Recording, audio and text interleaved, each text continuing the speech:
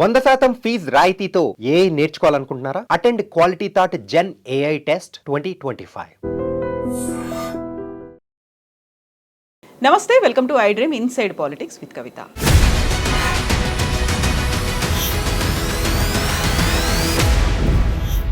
ఇటీవలే కేంద్రం ప్రకటించినటువంటి పద్మ పురస్కారాల్లో తెలంగాణకి అన్యాయం జరిగింది. గద్దరికి అవార్డు ఇవ్వమని మేము పేరుని సిఫార్సు చేసినప్పటికీ కేంద్రం ఎందుకని సైడ్ లైన్ చేసింది అనేటువంటి సీఎం రేవంత్ రెడ్డి క్వశ్చన్కి కేంద్ర మంత్రి బండి సంజయ్ ఇచ్చినటువంటి సమాధానం పెద్ద దుమారం రేపుతోంది. యాక్చువల్గా గద్దరికి అవార్డు ఎందుకు ఇవ్వాలి, కేంద్ర ప్రభుత్వం ఎందుకని ఇవ్వలేకపోయింది?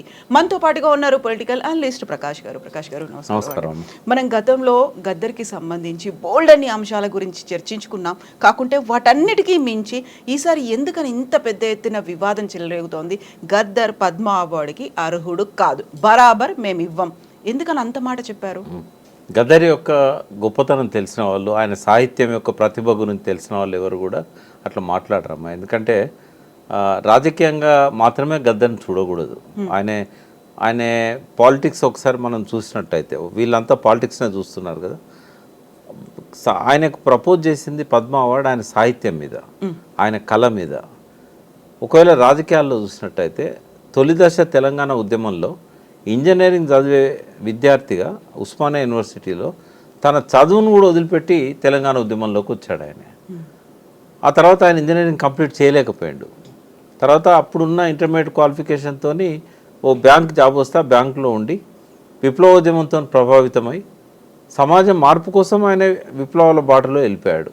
తన స్వార్థం కోసం పోలే ఆయన ప్రజలకు అంకితమైన మనిషి, సమాజం కోసం పనిచేసిన మనిషి, జీవితాంతం సమాజం గురించే అరుదైన సాహిత్యాన్ని ఆయన సృష్టించాడు. ఒక మాటలో చెప్పాలంటే గద్దర్కు సాహిత్యం మీద ఉన్న పట్టు, ఆయన జానపదాన్ని ఉపయోగించిన తీరు ప్రపంచ భాషలలో ఎక్కడా ఏ కవి ఉపయోగించలేదు. వాస్తవంగా ఆయన సాహిత్యాన్ని కనుక ఇంగ్లీష్లో ట్రాన్స్లేట్ చేసి నోబెల్ అవార్డు కనుక రికమెండ్ చేస్తే నోబెల్ ప్రైజ్ వచ్చే లిటరరీ వాటిలలో నోబెల్ ప్రైజ్ ఉంటుంది సాహిత్యంలో. దానికి గద్దర్ ఎలిజిబుల్ అవుతాడు, పద్మ అవార్డు కాదు, నోబెల్ సాహిత్య అవార్డుకే ఆయన ఎలిజిబుల్ అవుతాడు. అటువంటి గొప్ప వ్యక్తి తెలంగాణలో పుట్టినందుకు అందరు గర్వపడాలి. సరే, రాజకీయ విశ్వాసాలు ఎట్లున్నా మళ్ళీ ఆయన బ్యాక్ తెలంగాణ ఉద్యమానికి వచ్చాడు. రావడమే కాదు, పీపుల్స్ వార్ని, అప్పుడు పీపుల్స్ వార్, ఇప్పుడు మావోయిస్ట్ పార్టీ, తెలంగాణ ఉద్యమానికి అనుకూలంగా నిర్ణయం తీసుకోవడంలో గద్దర్ది కీలక పాత్ర. ఒకవేళ కనుక పీపుల్స్ వార్ నిర్ణయం తీసుకోకపోతే ఈ రాజకీయ నాయకులు ఎవరు ధైర్యం చేసేవాళ్ళు కాదు తెలంగాణ గురించి రావడానికి. కేసీఆర్ కానీ, ఈ 41 మంది కాంగ్రెస్ ఎమ్మెల్యేలు కానీ, బీజేపీ కానీ, పీపుల్స్ వారే కనుక తెలంగాణకు ఆ రోజుల్లో మద్దతు ఇవ్వకపోయి ఉంటే వీళ్ళెవరు కూడా తెలంగాణ ఉద్యమాన్ని స్టార్ట్ చేసేవాళ్ళు కాదు. ఇంత పెద్ద ఎత్తున ప్రజా ఉద్యమం రాకపోయేది. అసలు ఇంకోటి, ఫస్ట్ పాట రాసింది ఆయన అమ్మ తెలంగాణమా ఆకలి కేకల గానమా 96లో రాశాడు. నన్ను గన్న తల్లుల్లారా అని, మీ తెలంగాణ పల్లెల్లారా అని రాశాడు. ఈ రెండు పాటలలో తెలంగాణకు జరిగిన అన్యాయాలను అన్నింటినీ కూడా ఆయన అందులో రాశాడు. ఇంకోటి, గద్దరు విప్లవోద్యమంలో పాటలు రాసి వేలాది మందిని విప్లవకారులుగా తయారు చేయడంలో కీలక పాత్ర వహించాడు. అదొక ఏమంటాం, విచారించాల్సిందే కావచ్చు అది. ఎందుకంటే చాలామంది ఆయన పాటలతో ప్రభావితమైనలు, సమాజ మార్పు కోసం వచ్చారు, పోలీసుల చిత్రహింసలు భరించలేక ఆయుధాలు పట్టారు, అడవుల్లో పోయి అమరులయ్యారు.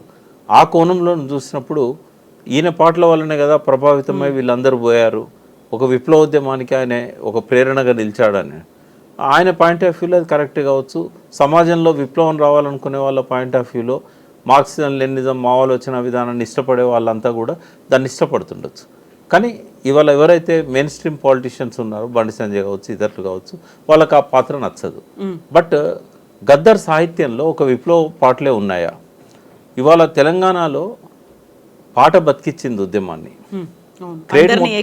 క్రెడిట్ మొత్తం కేసీఆర్కే ఇస్తారంటే ఎవరో ఒప్పుకోం. కేసీఆర్ దానికి ఒక నాయకత్వం వహించాడు. కానీ ఉద్యమం ఆటుపోట్లకు గురైనప్పుడల్లా తెలంగాణ ధూమ్ధామే ఉద్యమాన్ని బతికించింది. గద్దర్ వచ్చి అందులో ఎన్నోసార్లు పాల్గొన్నాడు తెలంగాణ ధూమ్ధాంలో. అన్నిటికంటే ఇంపార్టెంట్ ఏంటంటే తెలంగాణ ఉద్యమంలో పాటే ప్రధానం. ఆ పాటకు జీవం పోసింది గద్దర్.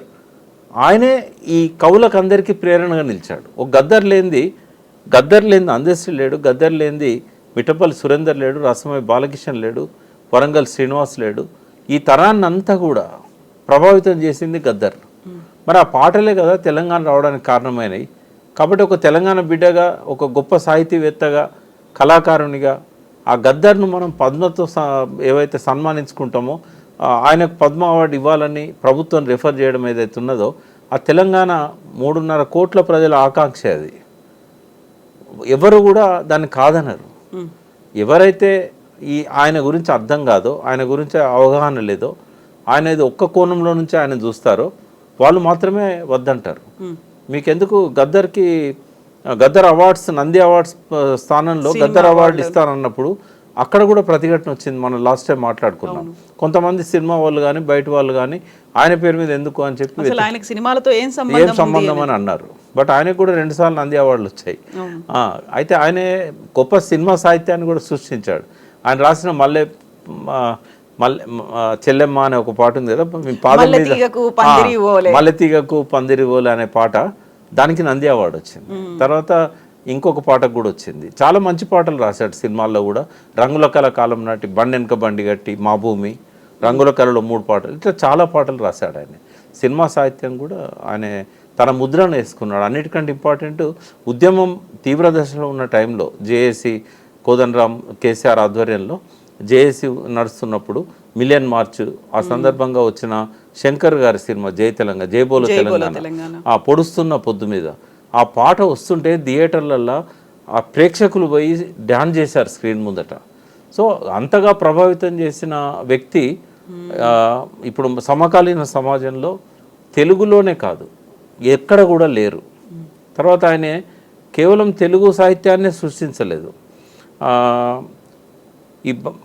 ఆయన గూడంజయ్య పాట ఒకటి ఉంది, ఊరు మనదిరా వాడ మనదిరా. ఈ పాటను హిందీలోకి తనే ట్రాన్స్లేట్ చేసి జులుం క్యారే జాలిం కోన్రే అని చెప్పి ఆయన ఏ గావ్ హమారా ఏ గల్లీ హమారా అని ఆయన రాసిన పాట భారతదేశం మొత్తం ప్రచారమైంది హిందీలో. తర్వాత ఆయన అండర్ గ్రౌండ్లో ఉన్నప్పుడు, రహస్య జీవితంలో ఉన్నప్పుడు, పీపుల్స్ వార్లో దేశమంతా తిరిగి ప్రజలను చైతన్యవంతులను చేసే పాటలు రాశాడు, పాడాడు.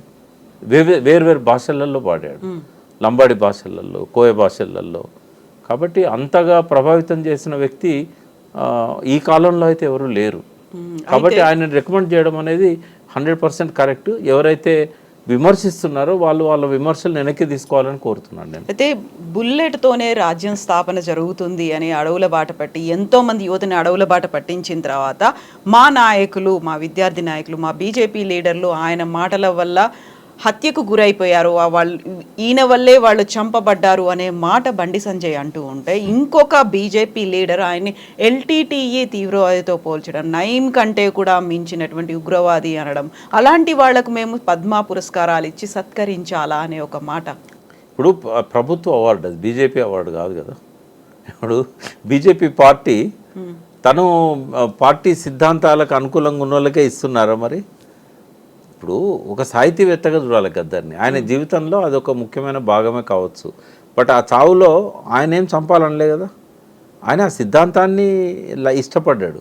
But at the same time 25 ఏళ్ళ కింద ఆయన రిజైన్ చేసి బయటకు వచ్చాడు కదా ఆ పార్టీలోంచి. ఆయన చనిపోయేదాకా మావోయిస్ట్గా లేడు కదా.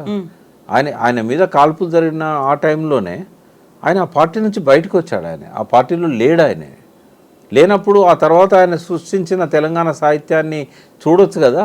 పాత చరిత్ర ఎందుకు చూడాలి? అందులో ఆయన చివరి రోజుల్లో ముచ్చింతల సమతామూర్తి దగ్గరికి వెళ్ళి అక్కడ పాట కట్టి డాన్స్ చేశాడు, యాదాద్రికి వెళ్ళి అక్కడ దండం పెట్టుకున్నాడు. అది ఇప్పుడు చంద్రబాబుతో కలిసి స్టేజ్ మీద పాల్గొన్నాడు, రాహుల్ గాంధీ ఆయన చెంప ముద్దాడిండు. అంటే నేను అనేది ఏంటంటే ఆయన భావజాలాన్ని మార్చుకున్నాడు. అంటే విద్యార్థి దశలో కావచ్చు, యువకునిగా ఉన్నప్పుడు కావచ్చు, చాలా ఎమోషనల్గా ఉంటారు. బట్ ఆయన జీవితంలో చివరి అంకం ఏదైతుందో అది చాలా ఇంపార్టెంట్. అది తెలంగాణ ఉద్యమానికి ఊపిరి ఊదిన వ్యక్తి ఆయనే. కాబట్టి ఆ బండి సంజయ్ గారు ఆ విమర్శను వెనక్కి తీసుకోవాలని కోరుతున్నా. ఇంకోటి, ప్రతిభకు ఈ రాజకీయాలకు ముడిపెట్టకూడదు. సాహిత్య ప్రతిభ కదా. ఎందుకు గద్దర్కు పద్మ అవార్డు ఇవ్వాలంటే గద్దర్ సృష్టించినంత సాహిత్యం ఇంకోరు ఎవరు సృష్టించలేదు. అనే 2 వాల్యూమ్స్ వేశాడు ఆయన రచనలన్నీ. ఆయన కొడుకు సూర్య దాన్ని ట్రస్ట్ పేరు మీద రిలీజ్ చేశారు. అసలు ఎంత ఒక్కొక్క పాటలో ఆయన రాసిన సిరిమల్లె చెట్టు కింద లచ్చమమ్మ అని వాళ్ళ అమ్మ పేరు లచ్చమమ్మ. శివరాత్రి వచ్చింది జాగారం ఉండాలి, నీ బతుకంత అమావాస్య లచ్చమమ్మ, నీ బతుకంత జాగారమే లచ్చమమ్మ అని. అంటే ఒక సామాన్య కూలి తల్లి ఎన్ని బాధలు పడుతున్నదో రాశాడు. అందులో ఏం విప్లవం ఉంది?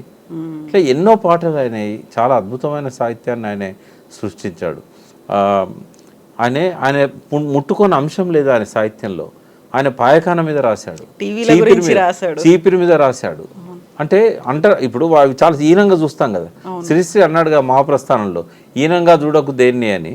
అది అగ్గిపుల్లైనా సబ్బు బిల్లైనా కూడా కవిత్వానికి అర్హతే అని అన్నాడు కదా. కాబట్టి గద్దర్ ఏం చేశాడు, దాన్ని ఒక ఛాలెంజ్గా తీసుకొని ఆయన లావెటరీ మీద రాశాడు, తర్వాత చీపిరి మీద రాశాడు. ఇట్లాంటి చాలా అంశాల మీద ఆయన టచ్ చేయని సబ్జెక్ట్ లేదు. అటువంటప్పుడు ఆయనను ఒకే కోణంలో నుంచి చూడడం అనేది కరెక్ట్ కాదు. అది నువ్వు మార్క్సిజాన్ని విమర్శించుకో, మావోయిజాన్ని విమర్శించుకో, కానీ ట్రాన్స్ఫార్మ్ అయ్యాడు కదా గద్దర్. ఒక గొప్ప కాజ్ కోసము పీపుల్స్ వారిని వదిలిపెట్టాడు కదా తెలంగాణ ఉద్యమం కోసం. మరి అది చూడాల్సిన అవసరం ఉంది కదా. ఆ తెలంగాణ ఉద్యమమే లేకపోతే నువ్వు బండి సంజయ్కి మంత్రి పదవి ఎక్కడిది, కిషన్ రెడ్డికి మంత్రి పదవి ఎక్కడిది, ఇవాళ రేవంత్ రెడ్డికి ముఖ్యమంత్రి పదవి ఎక్కడిది? ఆ తెలంగాణకు ప్రేరణనిచ్చింది గద్దర్ కదా. ఆ క్రెడిబిలిటీ ఆయనకి ఇస్తాం మేము. ఎందుకంటే కేసీఆర్ వచ్చి నాయకత్వ బాధ్యతలు తీసుకొని పార్టీ పెట్టవచ్చు, బట్ ప్రజలను చైతన్యవంతులను చేసిన దానిలో గద్దర్ది చాలా కీలకమైన పాత్ర. ఇంకోటి ఏంటంటే, ఏ భాషలో కూడా అంత మంచి సాహిత్యాన్ని ఎవరు క్రియేట్ చేయలేకపోయారు. ఒక రవీంద్రనాథ్ ఠాగూరు ఎట్లయితే ఒక గొప్ప సాహిత్యాన్ని క్రియేట్ చేశాడో, అట్లా గద్దర్ కూడా ప్రజల సాహిత్యాన్ని బతికిచ్చాడు, జానపదాన్ని బతికిచ్చాడు. ఈ తరానికి జానపదాన్ని పాడుకునేటట్టు చేయగలిగాడు. ఒక 2-3 తరాలను కవులను కళాకారులుగా మలచగలిగాడు. ధూమ్ధామ్ లాంటి సంస్థకు ఒక ఊపిరిచ్చాడు.